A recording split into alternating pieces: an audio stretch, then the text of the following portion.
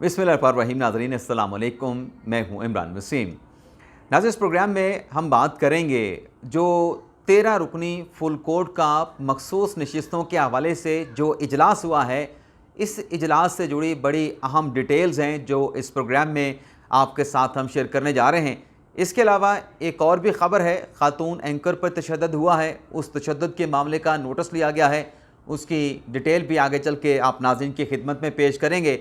और कुछ दीगर ख़बरें भी हैं, कुछ और अहम डेवलपमेंट्स और हैपनिंग्स भी हुई हैं, उनकी तफसीलात भी प्रोग्राम में आपके साथ हम शेयर करने जा रहे हैं। लेकिन प्रोग्राम का आगाज़ करेंगे फुल कोर्ट के हवाले से, मखसूस नशिस्तों के हवाले से, सुन्नी इत्तेहाद कौंसिल की अपीलों के हवाले से जो डिटेल्स हैं वो आपकी खिदमत में पेश करेंगे। लेकिन प्रोग्राम का आगाज़ करने से पहले आपसे दरख्वास्त करेंगे कि चैनल को सब्सक्राइब कर लें, बेल आइकॉन का बटन प्रेस करें और अगर आपको हमारी वीडियो पसंद आती है तो इसको लाइक भी करें और अपने दोस्तों के साथ शेयर भी करें। पहला नुक्ता जो ख़बर की डिटेल का आपके साथ हम शेयर करने जा रहे हैं वो नाज़रीन ये है कि आज जो ख़बरें चली हैं कि आज फुल कोर्ट का जो इजलास हुआ है और इस इजलास में जो मखसूस नशिस्तों के केस पर जो मशावरत की गई है, उसके बाद जो ख़बरें चल रही हैं वो ख़बर ये है कि कल इस केस का फ़ैसला सुनाए जाने का इम्कान है। अब यहाँ पे मैं क्लियर कर दूं कि ये इम्कान ज़ाहिर किया जा रहा है आज के 1.5 घंटे के इजलास के बाद, और ये डेफिनेट बात नहीं है। कल फ़ैसला आ भी सकता है, कल किसी मौके पे कॉज लिस्ट जारी करके ये फ़ैसला सुनाने का ऐलान हो सकता है कि 15 मिनट के बाद, आधे घंटे के बाद ये फ़ैसला सुनाया जा सकता है, क्योंकि अब तक नाज़रीन जब मैं ये प्रोग्राम रिकॉर्ड कर रहा हूँ अभी तक इस केस के फ़ैसला सुनाने की कॉज लिस्ट जारी नहीं की गई। और ज़रा ये बताते हैं कि कल का भी इम्कान है, कल किसी वक्त भी कॉज लिस्ट जारी हो सकती है, आज भी किसी वक्त रात को जारी हो सकती है और मामला जुमेरात से जुमे तक भी जा सकता है। यानी जुमेरात भी भारी हो सकता है, जुमे का दिन भी भारी हो सकता है।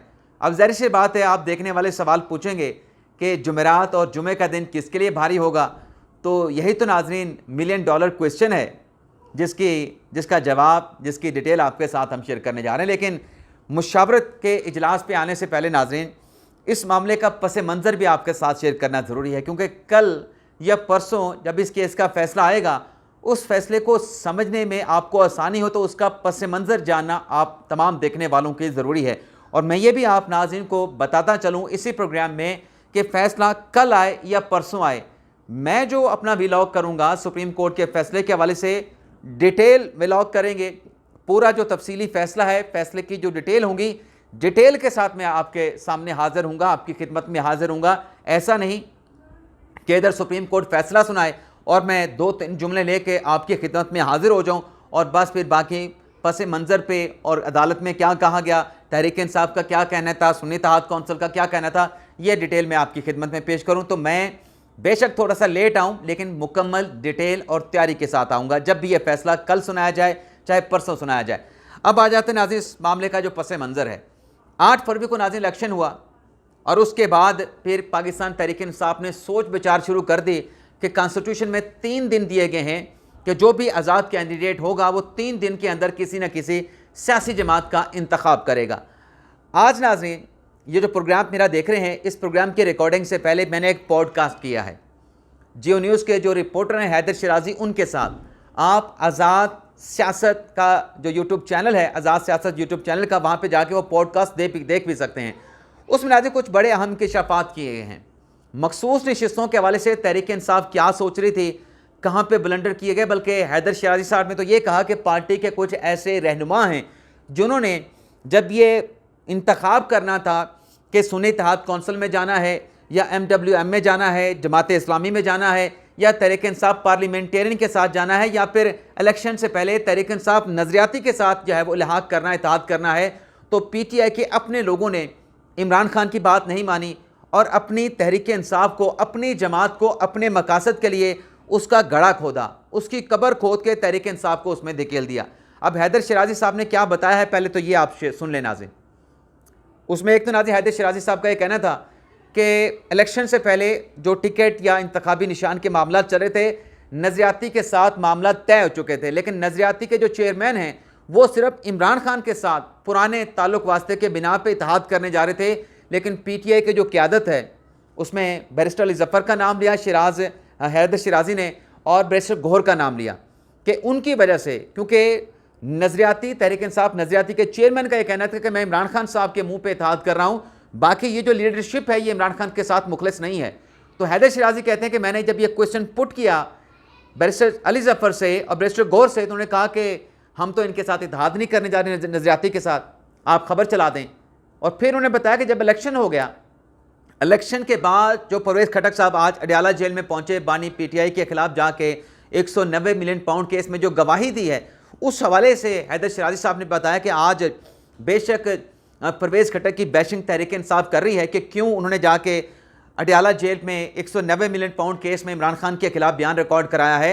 हैदर शिराजी ने बताया कि जब 8 फरवरी 2024 का इलेक्शन हो गया तो तहरीक इंसाफ को एक प्लेटफॉर्म की तलाश थी जहां पर वो अपने आज़ाद अरकान को पार्क कर सकें, और ना सिर्फ पार्क कर सकें बल्कि मखसूस नशिस्तें भी हासिल कर सकें। तो सबसे पहले जो बातचीत का आगाज़ किया गया वो पाकिस्तान तहरीक इंसाफ पार्लियामेंटेरियन यानी परवेज़ खटक की सियासी जमात के साथ किया गया। और हैदर शिराजी साहब अपने पॉडकास्ट में, मेरे साथ पॉडकास्ट में ये बताते हैं कि मामला तय पा गए थे। तहरीक इंसाफ को आगे लाने के लिए तहरीक इंसाफ की मखसूस नशिस्तें उसको मिल जाएं, इस हवाले से बड़ी कुर्बानी देने का परवेज़ खटक ने फैसला किया और तहरीक इंसाफ पार्लियामेंटेरियन में जाने का फैसला भी बानी तहरीक इंसाफ इमरान खान का था, लेकिन उसे PTI के अरकान की जानिब से चेंज कर दिया गया। अब क्या मामला तय पाए, हैदर शिराजी ने कहा कि परवेज़ खटक ने यह कह कि मैं सियासत से किनारा कशी अख्तियार कर रहा हूँ, मेरी सेहत इजाज़त नहीं देती, उन्होंने अपनी पार्टी छोड़ दी, पार्टी की चेयरमैनशिप छोड़ दी। और फिर तहरीक इंसाफ के रहनुमाओं ने यह तकाजा किया कि आपकी जो कोर कमेटी है तहरीक इंसाफ पार्लियामेंटेरियन की, उसमें तहरीक इंसाफ के लोग होने चाहिए।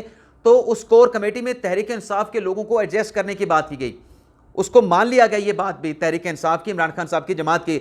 और फिर यह कहा गया कि आपने जो मखसूस नशिस्तों की फहरिस्त दे रखी है उसमें जो आपने 3 खवातीन के नाम दिए हैं वो रिज़ाइन कर जाएंगे।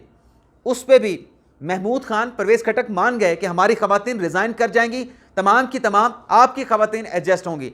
लेकिन बाद में कहा गया कि PTI के अपने लोगों की तरफ से शिबली फराज का उन्होंने नाम लिया हैदर शिराजी साहब ने कि इनकी वजह से फिर ये कहे कि तहरीक इंसाफ पार्लियामेंटेरियन के साथ ना चलने का फैसला किया गया कि हमारे जो वोटर सपोर्टर हैं वो नहीं मानेंगे, तो इसको भी किक आउट कर दिया गया। पहले तहरीक इंसाफ नजरियाती के साथ मामला को बना के तय करके छोड़ दिया गया, फिर तहरीक इंसाफ पार्लियामेंटेरियन के साथ मामला के तय करके बातचीत करके अपने मुतालबात मनवा के फिर उसको भी छोड़ दिया गया। फिर बातचीत तय हुई MWM और फिर सुन्नी इत्तेहाद कौंसिल के साथ। MWM के साथ कहा गया कि हम पंजाब और मरकज़ में इत्तेहाद करेंगे, और जमात इस्लामी के साथ कहा गया कि हम वहाँ पे KPK में इत्तेहाद करेंगे। अब जमात इस्लामी के साथ गड़बड़ कहाँ पे जाके हुई, इस हवाले से हैदर शिराजी साहब ने बताया कि गड़बड़ इस मौके पे हुई कि जो जमात इस्लामी थी, एक तो उनका कहना था कि हम पंजाब और मरकज़ में भी इत्तेहाद करेंगे, सिर्फ KPK में नहीं करेंगे। लेकिन सबसे अहम नुकता जिस पे मामला बिगड़ा जमात इस्लामी के साथ वो ये था कि जो 8 खवातीन की जो मखसूस नशिस्तों की फहरिस्त दी जा चुकी थी जमात इस्लामी की तरफ से इलेक्शन कमीशन में, उस पर तहरीक इंसाफ जो है जमात इस्लामी पीछे हटने के लिए तैयार नहीं थी। तो हैदर शिराजी साहब के साथ पॉडकास्ट में जो बात सामने आई वो ये थी कि सिर्फ 8 नशिस्तों के लिए, पहले तो तहरीक इंसाफ पार्लियामेंटेरियन के साथ अपने मामला को तय नहीं किया, चलें वो भी आपने ऑप्शन छोड़ दिया, फिर आपने जमात इस्लामी के साथ सिर्फ 8 सीटों की वजह से आपने उसके साथ इल्हाक नहीं किया और अपनी 80 सीटों की आपने कुर्बानी कर दी। 80 सीटों की आपने कुर्बानी दे दी कि ये 8 लोग जो हैं जमात इस्लामी के मुंतखब ना हो जाएं।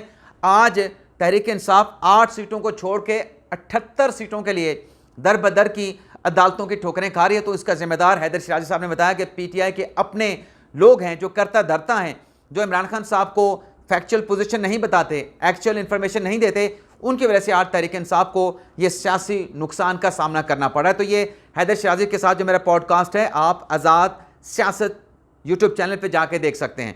अब आ जाते हैं नाज़रीन, जो इसमें सारी सुन्नी इत्तेहाद कौंसिल में जाने का फैसला कर लिया गया। अब जो नाज़रीन मुशावरत हुई है, उस मुशावरत पे आने से पहले कुछ चीज़ें मैं क्लियर करना चाहता हूँ। नाज़रीन, कल जो भी फैसला हो सुन्नी इत्तेहाद कौंसिल की दरखास्तों पे, अपीलों पे, कल हो या परसों हो, जो भी फैसला होगा नाज़रीन वो सुप्रीम कोर्ट का फुल कोर्ट का फैसला होगा।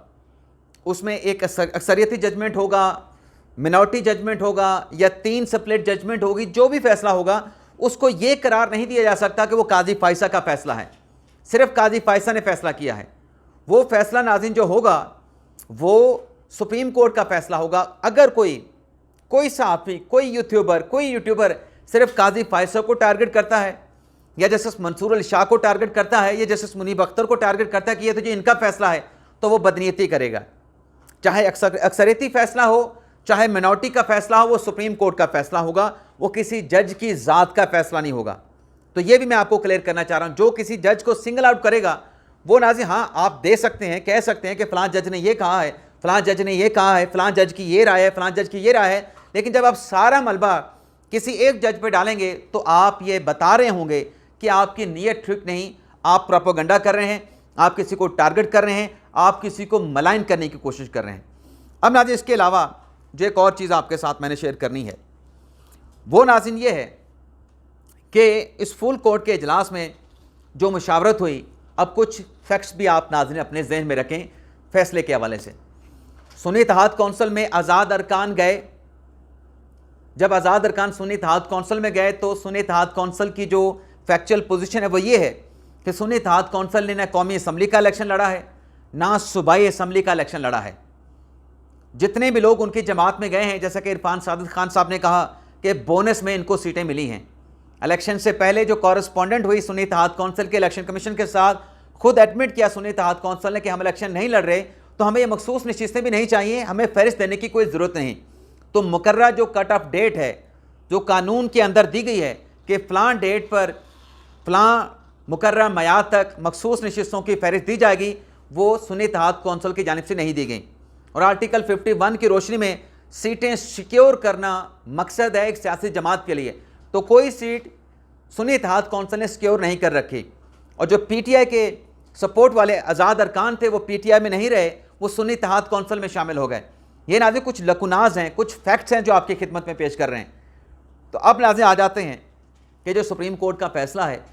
आज नाज़रीन जो चीफ जस्टिस काजी फायसा के सरबराही में जो इजलास हुआ है, वो इजलास नाज़रीन 1.5 से पौने 2 घंटे तक जारी रहा है। अब उस पर हमारे कुछ दोस्तों ने बड़े बड़े दावे कर दिए हैं। मतलब मैं एक अपने दोस्त का वीलॉग सुन रहा था, उसमें वो कह रहे थे कि 13 जजेस मौजूद थे, 13 जजेस के इजलास में इस फैसले के हवाले से मुशावरत की गई, और जब मुशावरत की गई ज़रा ये बताते हैं कि सिर्फ जजेस के अलावा उस कमरे में, उस हाल में कोई और नहीं था, ना किसी जज का सेक्रेटरी था, ना कोई लॉ क्लर्क था, ना कोई और शख्स था। लेकिन जब कोई और मौजूद नहीं था तो वो फिर बता रहे थे कि ज़राए से पता चला है कि इजलास में ये बात हुई है, इजलास में ये राय सामने आई है। तो इसका मतलब ही है जो हमारे साथी दोस्त जो खबर दे रहे थे, उनको कोई जज खबर दे रहा था, उनकी फिर अपनी बात के मुताबिक, उनकी अपनी नरेशन के मुताबिक। मेरे पास नाज़रीन अंदर की कोई खबर नहीं है, लेकिन ये जो मैंने फैक्ट्स आपके सामने रखे हैं, इन फैक्ट्स की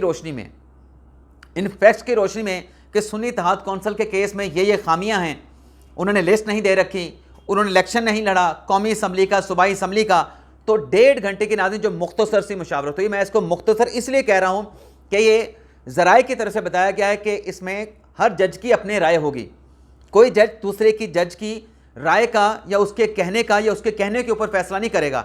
हर जज की अपनी राय है, हर जज ने अपना फैसला देना है, और तमाम जजेस के फैसले मिला के फिर एक फ़ैसला बनेगा। वो मेजॉरिटी बने तो पीछे मिनॉरिटी का फैसला आएगा।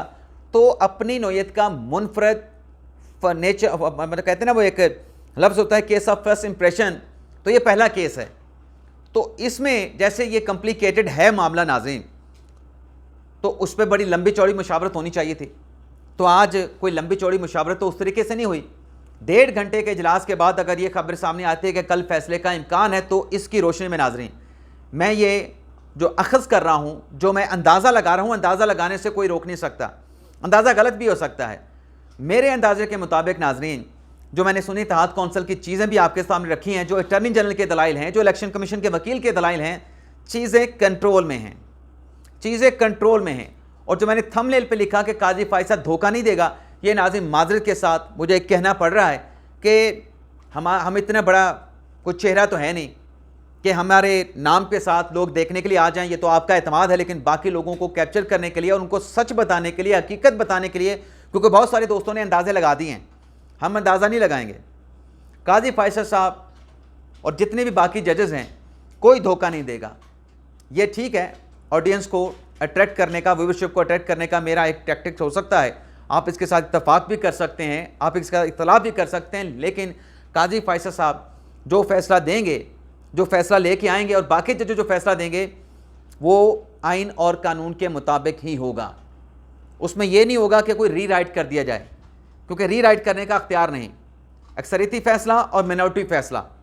और काजी फ़ैसल साहब, जैसे मैं कह रहा हूँ, जो कहते रहे बेंच में बैठ के कि टैक्स को देखना है, हम कन्फ्यूजन क्रिएट नहीं करेंगे, क्योंकि माजी में जब कॉन्स्टिट्यूशन की गलत इंटरप्रटेशन की गई या तशरीह की गई, उससे कन्फ्यूजन पैदा हुई। तो काजी फ़ैसल साहब के जहन में कोई कन्फ्यूजन नहीं है, वो बड़े जो है वो क्लियर हैं और क्लैरिटी के साथ अपना फ़ैसला देंगे। अब फ़ैसला क्या होगा नाजरीन, ये मैं आपको अपनी राय दे सकता हूँ। मुझे ये नज़र आ रहा है, मुझे ये लग रहा है, मैं गलत भी हो सकता हूँ। वो ये है कि सुन्नी इत्तेहाद कौंसिल की अपीलें एक्सेप्ट नहीं होंगी एट लार्ज, ये अपीलें डिसमिस की जाएंगी। बाकी ये मखसूस नशिस्तें कहाँ पे जाती हैं, इस पे भी पता चल जाएगा कहाँ पे जाती हैं, क्योंकि ऐवान को इस नुक्ते पे सब मुत्तफिक हैं कि मखसूस नशिस्तें खाली नहीं रखी जा सकती, ऐवान नामुकम्मल नहीं रखा जा सकता। तो एक नुक्ता नाज़रीन ये भी है। इसके साथ साथ नाज़रीन, तहरीक इंसाफ का अगर फैसला अगेंस्ट आता है तो इमरान खान साहब का, तहरीक इंसाफ का प्लान बी क्या है। प्लान बी नाज़रीन आज तहरीक इंसाफ ने जाहिर करना शुरू कर दिया है। एक तो इमरान खान साहब ने चीफ जस्टिस काजी फ़ायसा के खिलाफ एतराज़ फाइल कर दिया है कि काजी फ़ायसा उनके केसेस नहीं सुने। तो कल को अगर फैसला खिलाफ आया तो काजी फ़ायसा साहब को सिंगल आउट किया जाएगा कि काजी फ़ायसा साहब ने हमारे खिलाफ फैसला दिया है। तो काजी फ़ायसा का फैसला नहीं होगा। अगर काजी फ़ायसा साहब ने सुन्नी इत्तेहाद कौंसिल की अपीलें एक्सेप्ट ना की और ये सीटें सुन्नी इत्तेहाद कौंसिल को ना मिली, तो ये काजी फ़ायसा का फैसला नहीं होगा, उसके साथ जो मेजॉरिटी में जजेस आएंगे उनका भी फैसला होगा, अगर ऐसा फैसला आता है। और इसके साथ साथ नाज़रीन, जो प्लान बी है उसमें आज आपने देखा कि एक तरफ तो इमरान खान साहब ने एतराज़ फाइल कर दिया सुप्रीम कोर्ट में तहरीरी तौर पे, दूसरी तरफ ये है कि रऊफ़ हसन साहब ने आज प्रेस कॉन्फ्रेंस की है। जो प्लान बी नज़र आ रहा है कि मुखालफ फैसला आए तो हमने किस डायरेक्शन पे जाना है, किसको हमने मलाइट करना है, किसको टारगेट करना है। तो रऊफ़ हसन साहब ने प्रेस कॉन्फ्रेंस की है। उन्होंने कहा, काजी फ़ायसा साहब के हवाले से सवालात उठाए, ना सिर्फ काजी फ़ायसा बल्कि चीफ जस्टिस आमिर फ़ारूक के हवाले से रऊफ़ हसन ने कहा कि हमें चीफ जस्टिस काजी फ़ायसा से इंसाफ की उम्मीद नहीं। काजी फ़ायसा और आमिर फ़ारूक हमारे खिलाफ फैसले देते हैं, ये हमारे खिलाफ इंसाफ नहीं करते। दोनों का रवैया, रऊफ़ हसन ने कहा कि दोनों का रवैया काजी फ़ायसा का और रऊफ़ हसन का पाकिस्तान तहरीक इंसाफ के खिलाफ है। काजी अकेले हैं। अब रऊफ़ हसन साहब क्या कह रहे हैं कि काजी अकेले हैं कि जो इलेक्शन कमीशन का दिफा कर रहे हैं। फैक्चुअली नाज़रीन गलत बात कर रहे हैं, लेकिन ज़ाहिर सी बात है कि प्लान बी पहले से बना लिया गया है और इनको खदशा है, जैसे पेशावर हाई कोर्ट से, इलेक्शन कमीशन से इनके हक में फैसला नहीं आया, इनको खदशा है कि हमारे खिलाफ ही फैसला आएगा, इसलिए पहले से बयानियाँ नरेट करना शुरू कर दिया गया है चीफ जस्टिस काजी फ़ायसा को सिर्फ सिंगल आउट करके मलाइन करने के लिए। लेकिन आज यहाँ पे एक सवाल फिर पैदा होगा कि ये जो इस किस्म के हथकंडे इस्तेमाल किए जा रहे हैं, क्या ये अदालती मामलात में मुदाखलत नहीं है? क्या यह अदलिया पे असरअंदाज होना नहीं है? और नाज़रीन जब ये फैसला आएगा, दूध का दूध पानी का पानी हो जाएगा। अगर काजी फ़ायसा ये बेंच में बैठ के कह रहे थे कि इलेक्शन कमीशन का आप एहतराम करें, तो वो अकेले नहीं थे और बाकी जजेस भी दिफा कर रहे थे। और काजी फ़ायसा जब ये कह रहे थे कि इलेक्शन कमीशन की रिस्पेक्ट होनी चाहिए, एहतराम होना चाहिए, वो साथ ये भी कह रहे थे कि अगर उसका कोई फैसला आपके खिलाफ है तो आप उस फैसले को चैलेंज कर दें। वो ये तो नहीं कह रहे थे कि आप इस फैसले को आप मान लें, आप उस फैसले को चैलेंज ना करें। ये तो ओपनली ओपन कोर्ट में कहा गया। तो ये तहरीक इंसाफ का प्लान भी है कि हमने फैसला खिलाफ आया तो काजी फ़ायसा को सिंगल आउट करके टारगेट करना है। इसके अलावा नाज़रीन जो अगली खबर है, जो आपके साथ आखिरी खबर मैं शेयर करने जा रहा हूँ, वो खबर नाज़रीन ये है कि मारूफ खातून एंकर पर्सन आयशा जांजेब, जो कि जियो न्यूज़ पे प्रोग्राम किया करती थी, उन्होंने नाज़रीन अपने खामन के खिलाफ कंप्लेंट फाइल की है कि उन्हें बेमाना तशद्दुद का निशाना बनाया गया है।